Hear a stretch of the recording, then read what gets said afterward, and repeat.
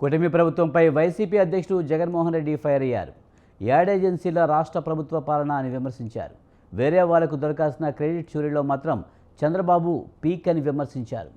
సముద్ర గర్భంలో సింగపూర్ నుంచి విశాఖ వరకు అదానీ సబ్సీ కేబుల్ వేయడం వల్లే గూగుల్ వచ్చిందని జగన్ వివరించారు. ఆ రెండు కంపెనీలు వ్యాపార భాగస్వాములు కాబట్టే డేటా సెంటర్ విశాఖకు వచ్చిందన్నారు. చంద్రబాబు నాయుడు పాలన ఒకవైపున గాలికి ఎగిరిపోయినట్టుగా కనిపిస్తుంది, మరోవైపున రాష్ట్రంలో ఒక యాడ్ ఏజెన్సీ నడిపిస్తా అన్నట్టుగా రాష్ట్రం నడుస్తూ ఉంది. మాటలు చూస్తే ఏమో కోటలు దాటుతా ఉన్నాయి, పర్ఫార్మెన్స్ చూస్తే ఏమో వీక్. వేరే వాళ్ళకు దక్కాల్సిన క్రెడిట్ను తానే చోరీ చేయడంలో మాత్రం చంద్రబాబు పీక్. ప్రజలను తప్పుదోవ పట్టించేందుకు చంద్రబాబు నాయుడు గారు వ్యవహరించిన తీరు సంకుచిత బుద్ధిని చాటుతుంది. నిజంగా వాస్తవాలు లేకపోతే వైఎస్ఆర్సీపీ ప్రభుత్వంలో ఇంటర్నేషనల్ టెక్నాలజీ హబ్గా విశాఖపట్నం నగరాన్ని తీర్చిదిద్దే కార్యక్రమంలో భాగంగా 2020 నవంబర్లో, అంటే కోవిడ్ ఉన్న సమయంలో కూడా 2020 నవంబర్లో అదానీ డేటా సెంటర్కు బీజం పడింది. దాని ఫలితంగా 2023 మే 3వ తారీఖున శంకుస్థాపన, ఫౌండేషన్ స్టోన్ కూడా వేయడం జరిగింది అదానీ డేటా సెంటర్కు. సో డేటా తేవడానికి సబ్సీ కేబుల్, అంటే underneath the sea subsea cable, తద్వారా కేబుల్ ల్యాండింగ్ స్టేషన్ రిసీవ్ చేసుకోవాలి కదా. సబ్సీ నుంచి కేబుల్ వస్తుంది, కేబుల్ వచ్చిన తర్వాత కేబుల్ ల్యాండింగ్ స్టేషన్ రిసీవ్ చేసుకుంటుంది. సింగపూర్ నుంచి తీసుకొచ్చే కార్యక్రమం అంకురార్పణ కూడా అప్పుడే ప్రారంభమైంది. దీని వెనుక వైఎస్ఆర్సీపీ ప్రభుత్వం చేసిన కృషి, మరీ ముఖ్యంగా అదానీ చేసిన కృషి అని చెప్పాలి. కేంద్ర ప్రభుత్వం చేసిన కృషి, సింగపూర్ గవర్నమెంట్ చేసిన కృషి, వీళ్ళందరి కృషి వల్ల ఈరోజు దాని కొనసాగింపులో భాగంగా ఈరోజు గూగుల్ రావడం జరిగింది. అదానీ పెట్టే ఈ కొత్త ప్రాజెక్ట్ ఏదైతే 1000 మెగావాట్ల కొత్త ప్రాజెక్టు, ఇంతకు ముందు అదానీ పెట్టిన 300 మెగావాట్ల ప్రాజెక్టు గూగుల్ పెట్టే అని చెప్తా ఉండ ఈ 1000 మెగావాట్ల ప్రాజెక్టు ఇంతకు ముందు అదానీ పెట్టిన 300 మెగావాట్ల డేటా సెంటర్ కొనసాగింపే ప్రాజెక్టు విస్తరణే. Google association with Adani Enterprises reported in October 2022. Google takes on lease 4.64 lakh square feet space at Adani data center in Noida. అదానీకి గూగుల్కు మధ్య బిజినెస్ రిలేషన్షిప్ అన్నది అక్టోబర్ 2022లో నోయిడాలో 4.64 lakh square feet గూగుల్లో టేక్స్ ఆన్ లీజ్. 2021లో government of Andhra Pradesh Singapore గవర్నమెంట్కు రాసిన లేఖ ఇది. అంటే వైఎస్ఆర్సీపీ ప్రభుత్వం సింగపూర్ ప్రభుత్వానికి 9/3/2021లో రాసిన లేఖ ఇది.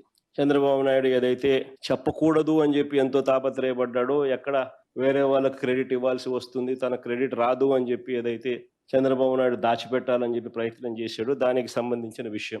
ఇక్కడ కూడా వైజాగ్లో అదానీ ఇన్ఫ్రాకు చెందిన కంపెనీలే ఈ డేటా సెంటర్ను నిర్మిస్తున్నాయి. అధికారంలో ఉన్న చంద్రబాబు నాయుడు పాలన ఒకవైపున గాలికి ఎగిరిపోయినట్టుగా కనిపిస్తుంది, మరోవైపున రాష్ట్రంలో ఒక యాడ్. ఏపీలో ఉన్న మద్యం మాఫియాను ప్రపంచంలో ఎక్కడా చూడలేదన్నారు మాజీ సీఎం జగన్. కూటమి ప్రభుత్వ పాలనలో రాష్ట్రంలో కల్తీ మద్యం ఏరులై పారుతుందన్నారు. ఎక్కడ చూసినా కల్తీ మద్యం బాటిళ్లు బయటపడుతూనే ఉన్నాయన్నారు జగన్. ఈరోజు రాష్ట్రంలో నిజంగా గమనిస్తే వ్యవస్థీకృత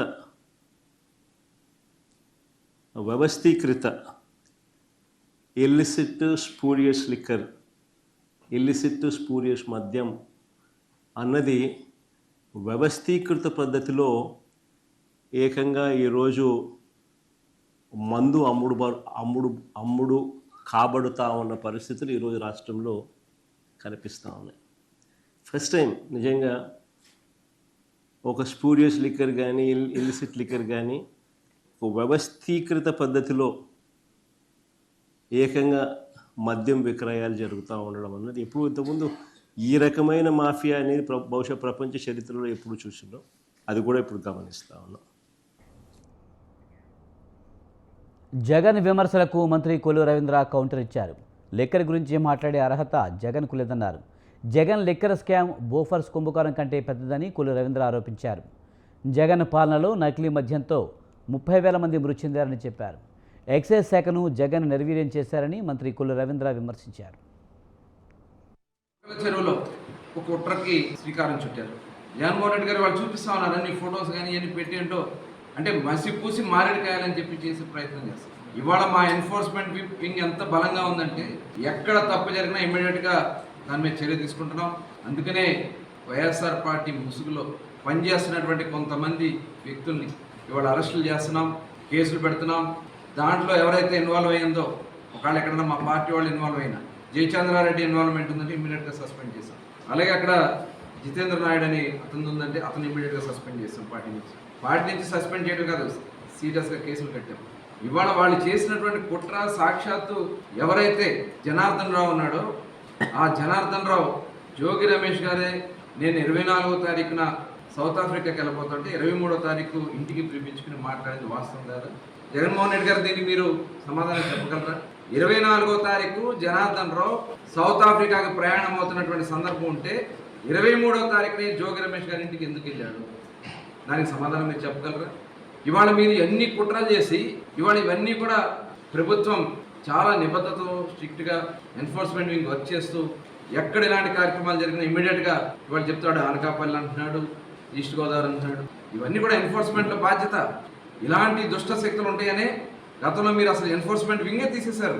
సెబ్బని పెట్టుకున్నారు ఆ రోజున. ఎక్సైజ్ డిపార్ట్మెంట్నే జవసత్తాలు లేకుండా చేశాడు ఎక్సైజ్ డిపార్ట్మెంట్. ఎందుకంటే వాళ్ళు చేసే అవినీతి బాగోతాలు బయటకు వస్తాయని చెప్పి సెబ్బన్ పేరు పెట్టి వాళ్ళందరినీ కూడా విడగొట్టేసి మొలకల చెరువులో ఒక కుట్రకి శ్రీకారం చుట్టారు. జగన్మోహన్ రెడ్డి గారు వాళ్ళు చూపిస్తా ఉన్నారు అన్ని ఫొటోస్ కానీ ఇవన్నీ పెట్టి ఏంటో అంటే మసి పూసి మారేడుకాయాలని చెప్పి చేసే ప్రయత్నం చేస్తారు. ఇవాళ మా ఎన్ఫోర్స్మెంట్ వింగ్ ఎంత బలంగా ఉందంటే ఎక్కడ తప్పు జరిగినా ఇమ్మీడియట్గా దాని మీద చర్య తీసుకుంటున్నాం. అందుకనే వైఎస్ఆర్ పార్టీ ముసుగులో పనిచే